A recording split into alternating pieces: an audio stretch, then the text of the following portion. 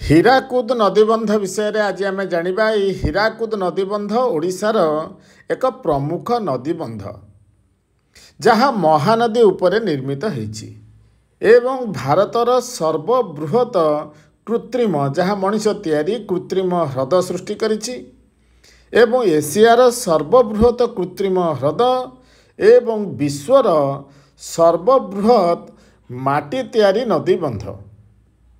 ଏହି ପ୍ରକଳ୍ପର ମୁଖ୍ୟ ଉଦ୍ଦେଶ୍ୟ କ'ଣ ସେ ବିଷୟରେ ଜାଣିବା। ପ୍ରକଳ୍ପର ମୁଖ୍ୟ ଉଦ୍ଦେଶ୍ୟ ହେଉଛି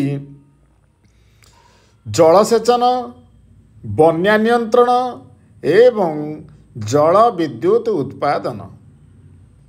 ଏହାର ସ୍ଥାନ ସମ୍ବଲପୁର ଠାରୁ 10 କିଲୋମିଟର ଦୂରରେ ଅବସ୍ଥିତ ଏବଂ 1957 ମସିହାରେ ତତ୍କାଳୀନ ଭାରତର ପ୍ରଧାନମନ୍ତ୍ରୀ ପଣ୍ଡିତ ଜବାହରଲାଲ ନେହେରୁଙ୍କ ଦ୍ୱାରା ଏହି ନଦୀବନ୍ଧର ଉଦ୍ଘାଟନ କରାଯାଇଥିଲା। ଏହା ହିଁ ବିଶ୍ୱର ସର୍ବବୃହତ ସବୁଠାରୁ ବଡ଼ ମାଟି ତିଆରି ବନ୍ଧ ଏବଂ ଏସିଆର ସର୍ବବୃହତ କୃତ୍ରିମ ହ୍ରଦ, ଯାହାର ଦୈର୍ଘ୍ୟ ପ୍ରାୟ 55 କିଲୋମିଟର। ଏହାର ଉଦ୍ଦେଶ୍ୟ ହେଉଛି ଜଳ ବିଦ୍ୟୁତ ଉତ୍ପାଦନ, କୃଷି କାର୍ଯ୍ୟ ପାଇଁ ଜଳସେଚନ, ବନ୍ୟା ନିୟନ୍ତ୍ରଣ। କିନ୍ତୁ ଏବେ ଏହା ପିକନିକ୍ର ଏକ ହଟସ୍ପଟ୍ ଭାବରେ ପରିଣତ ହୋଇଛି। ଏଠାରେ 84,994 ବର୍ଗ କିଲୋମିଟର ଅଞ୍ଚଳରେ ଜଳ ଜମା ହୋଇ ରହିଛି, ଯେଉଁଠିକି ବୋଟିଂର ଫ୍ୟାସିଲିଟି ଅଛି। ପିଲାମାନେ ସେଠି ତା କୂଳରେ ଯାଇ ପିକନିକ୍ କରୁଛନ୍ତି ଏବଂ ଏହି ଐତିହାସିକ ସ୍ମୃତିକୁ ଜାଣୁଛନ୍ତି ଏବଂ ବୋଟିଂ ସହିତ ପାରାଗ୍ଲାଇଡିଂ ଏସବୁର ସୁବିଧା ମଧ୍ୟ ଏଠାରେ ରହିଛି। ତେଣୁ ଦେଖ, ନଦୀର ଯେତେବେଳେ ଜଳ ପୂର୍ଣ୍ଣ ହୋଇଯାଉଛି, ଜଳଭଣ୍ଡାରରେ ଯେତିକି ଜଳ ଧାରଣ କରିବାର ଶକ୍ତି ତାଠାରୁ ଅଧିକ ଜଳ ରହିଗଲେ ଏମିତି ଗେଟ୍ ଖୋଲାଯାଉଛି।